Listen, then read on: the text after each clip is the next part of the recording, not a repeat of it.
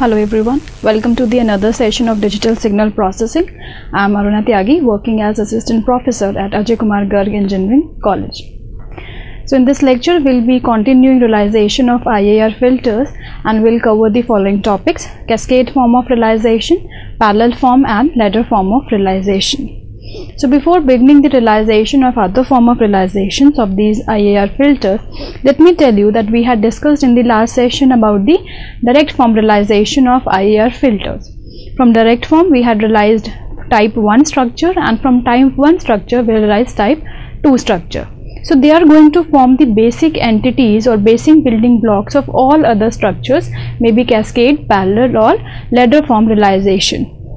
So we must be proficient with the direct form structure so that we can efficiently design other form of realizations. So beginning with the cascade form of realization, what we have to do, whatever transfer function we have given in the form of time domain equation or maybe in the form of rational equation, we have to express the numerator and denominator polynomials of the transfer function as the product of polynomials of the lower degrees. So if we have a highest power of these polynomials in the numerator and in the denominator, then we'll have to factorize them so that we could get different factors which may have the lower degree. So this is the first step of computation to design a cascade form of realization. So digital filter can be realized as a cascade of low order filter section, and these low order filter sections are nothing but they may be designed using direct form 1 or direct form 2. So let us see, this is one standard for equation that we will be using over and again for any kind of realization. So these are my numerator coefficient, these are my denominator coefficient, and these particular equations we have to factorize it in the form of lower factor, both in the numerator as well and in the form of denominator as well. So let us see this in a simpler form. Like this is my rational equation, this is the numerator equation, this is the denominator equation. So I would factorize this numerator equation into simple factor as p1, p2, p3, and similarly this denominator polynomial would be factorized into several factors as d1, d2 and d3. So this is my first step for realizing the cascade structure, that I have to factorize the numerator, I have to factorize the denominator. Then I have to make the pairs of the numerator and denominator. The first combination can be p1 by d1, p2 by d2, p3 by d3, or second combination can be p1 by d2, p2 by d3, p3 by d1. So these are two combinations, but n number of combinations are possible. I may also combine p1 factor with d3 factor, p2 with d1, p3 with d2. So this is all completely on my wish and my comfort, that which factors I would like to combine so that I can make multiple polynomials as h1z, h2z and so on, and they are all in multiplication of each other. So this is my target, that whatever equation is given to me I should bring in this format so that I have factors multiplying each other, and each of this factor would be individually designed either as direct form 1 or direct form 2. So ultimate realization is using direct form 1 because that is counted as the most efficient technique of realization. So this is how I am doing this. This is my constant, this is my first factor, this is my second factor, the numerator and denominator, the numerator and denominator. So I can represent it like this is my, say, h1z, and say this is my h2z. So I can have n numbers, hnz, depending upon number of factors that I am creating. Now this is a structure. For this h1z I have designed a structure using direct form 2 format. Similarly for this second h2z I have drawn this another structure again with the df2, and because these factors are in multiplication to each other, these two blocks have been connected in series. So this is how do we realize my cascade structures. Look into this simple example. This is a polynomial which is given to me in the already in the factorized form. Here I can see this is in the power of 3. So I can simply factorize in the form of the simple factors of power 1. Like this: 1 minus z inverse raised to the power 1, 1 minus z inverse raised to the power 1, and 1 minus z inverse raised to the power 1. So this first numerator has been represented like 3 factors of power 1. I can see denominator is already factorized into 2 factor. So I can see that I have representing this given equation into a simple equations of multiple factors. Second step is to combine these factors in the numerator and denominator. So I have combined this one and this one, named it as h1z. I have combined this one and this one, named it as h2z, and this sole factor, it doesn't has any denominator, so this has been represented as h3z. So this is how we have made the combination. Any other combination is also possible, but here because I can see the numerator are same factors, so any permutation would lead to the same combination of the factors. Now from here I have got 3 factors, 3 multiplicative factor, and each factor can be represented by using the basic unit of structure or realization as either df1 or df2. So how that structure would appear like: for this particular rational function, this is my df2 structure. For this combination, this is my second factor, and this is 1 minus z inverse is being represented. Of course, for this only one realization is possible, df1. So these 3 can be individually designed and then they can be cascaded together onto a single format. So this last structure I can see is the cascade realization of this given function. Now moving on to the next form of realization, that is parallel form of realization. Again the concept would remain more or less same, representing the equation into a more favorable one and then using df1 and df2 for the realization. So this partial fracture expansion of the transfer function leads to the parallel form. So the way we have used factorization in the cascade form, here we will be using partial fraction expansion to represent my equation in a desired format. So here we assume simple poles, like if this is a given equation, this is my standard equation. I need to create the partial fraction expansion. These are certain constant which I have received after expansion, and this is single pole polynomials, n number of single pole polynomials. So somehow we need to convert this given equation into this format using partial fraction. There is another option for converting this equation into this format, that is by long division method. So whenever I have created certain factors by partial expansion, how do I have to organize it in the form of a structure? This is my input signal, this is my output signal, and all the factors that I have created, they would be connected in parallel to each other.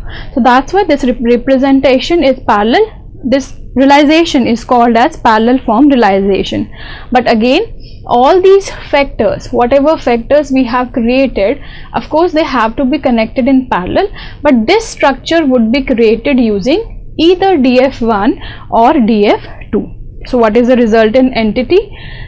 Corresponding to this particular function, this block is something which is representing me df1 or df2. Similarly, this is another block which is represented by df2 structures.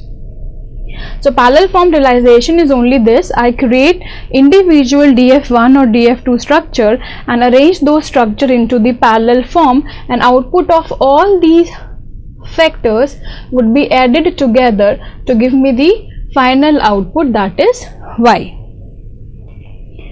For example, this is my equation and I have to represent this transfer function using parallel form realization. So I need to convert this equation into the form of the factors which are additive in nature.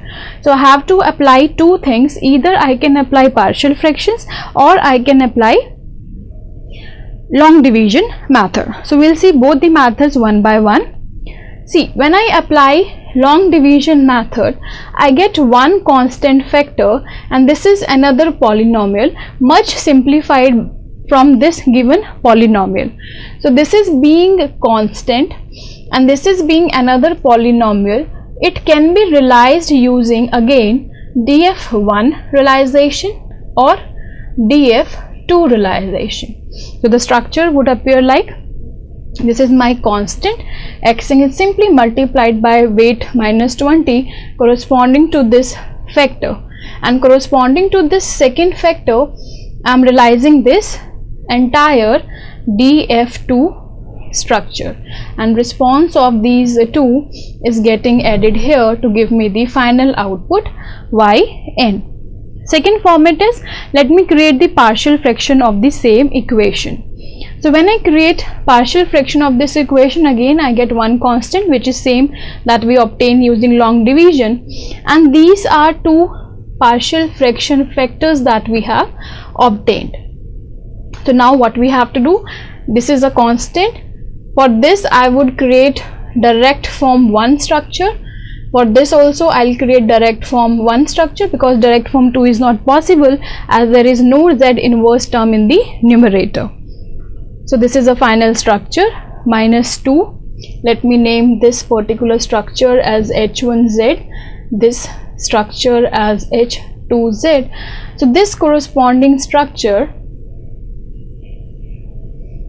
is corresponding to that represented h1z, and the second part of this structure is representing my h2z, and because both are simple factors, so this representation is also df1 and this representation is also df1. So once I have drawn these as independently, they are added together to give me the final result. So partial fraction creating the factors in this additive form, and each factor is realized using df1 and df2 placed in parallel, and outputs are combined together. Last form of realization for these IR filter is the ladder structure. So till now whatever structures we have discussed, they have their own advantages and disadvantages, but one advantage with this structure offers me is the stability.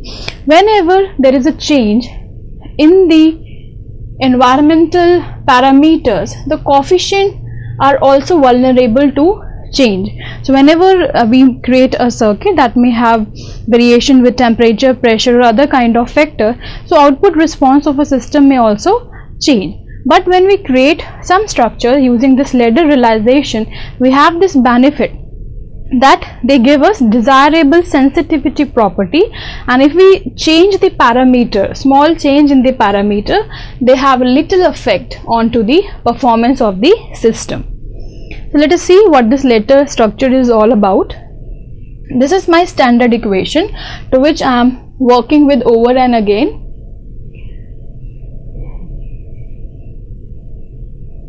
And this standard form has to be brought into this format, which looks like a staircase structure. That's why called as ladder. We have alpha plus 1 by beta 1 z inverse plus 1 by alpha 1 plus 1 by beta 2 z inverse, so on till I reach this kind of a constant value. So like we were representing our standard equation into different format when we were using cascade and parallel realization, similarly this is another format of representing my standard equation. So how do I obtain this particular representation? For this representation I must know values of alpha naught, beta 1, alpha 1, beta 2 and alpha n. So we have a series of steps to calculate these values. So we have to create this kind of matrix or this kind of array to calculate the values of alpha coefficient and beta coefficient, which would be used for creating the ladder structure. So these are different rows starting from the maximum power of z, and these values are substituted, these first two values are substituted from the given transfer function. So let me go back to the given transfer function. I can see this. This is the polynomial z raised to the power minus n. The coefficient is an. For z raised to the power minus n plus 1, the coefficient is a to n minus 1. Similarly, we have coefficient in the denominator as well. So using these coefficient, we have created this first row of the table and second row of the table. You have to remember that these a and bn are the coefficient to the maximum power of z. Now how to create or calculate this third element of the row? I have to perform a procedure that when I take these two rows, I need to multiply in this cross way. That is, my bn is multiplied by a of n minus 1 minus b of n minus 1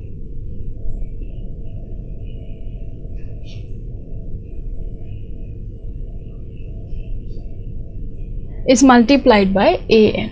These kind of cross multiplications have to be performed, and once I have cross multiplied this term, I have to divide the entire calculation by this coefficient, that is bn.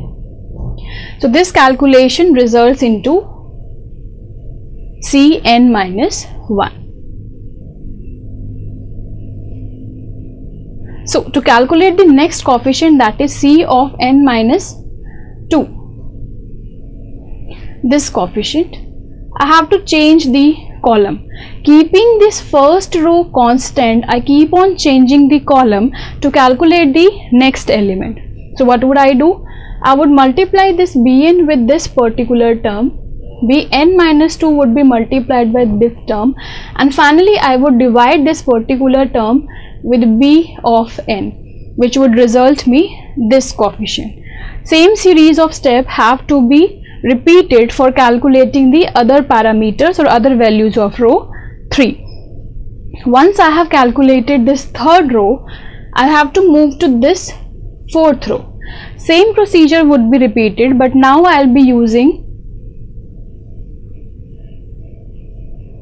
these two rows for calculating the another row, that is dn minus 1. Similarly, for calculating en minus 1, I would be taking c and d.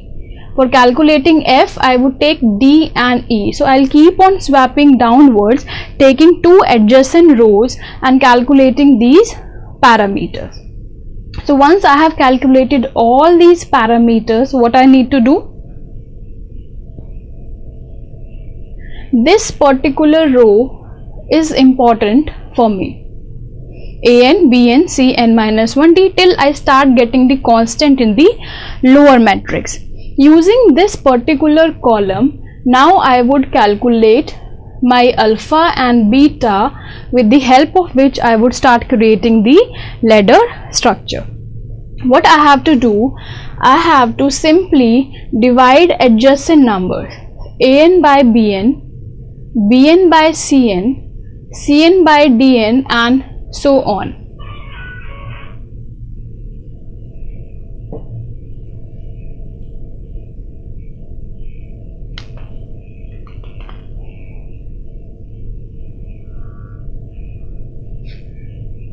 C and D, D and E, and so on, and multiples alpha naught, alpha 1, beta naught, beta 1 would be calculated.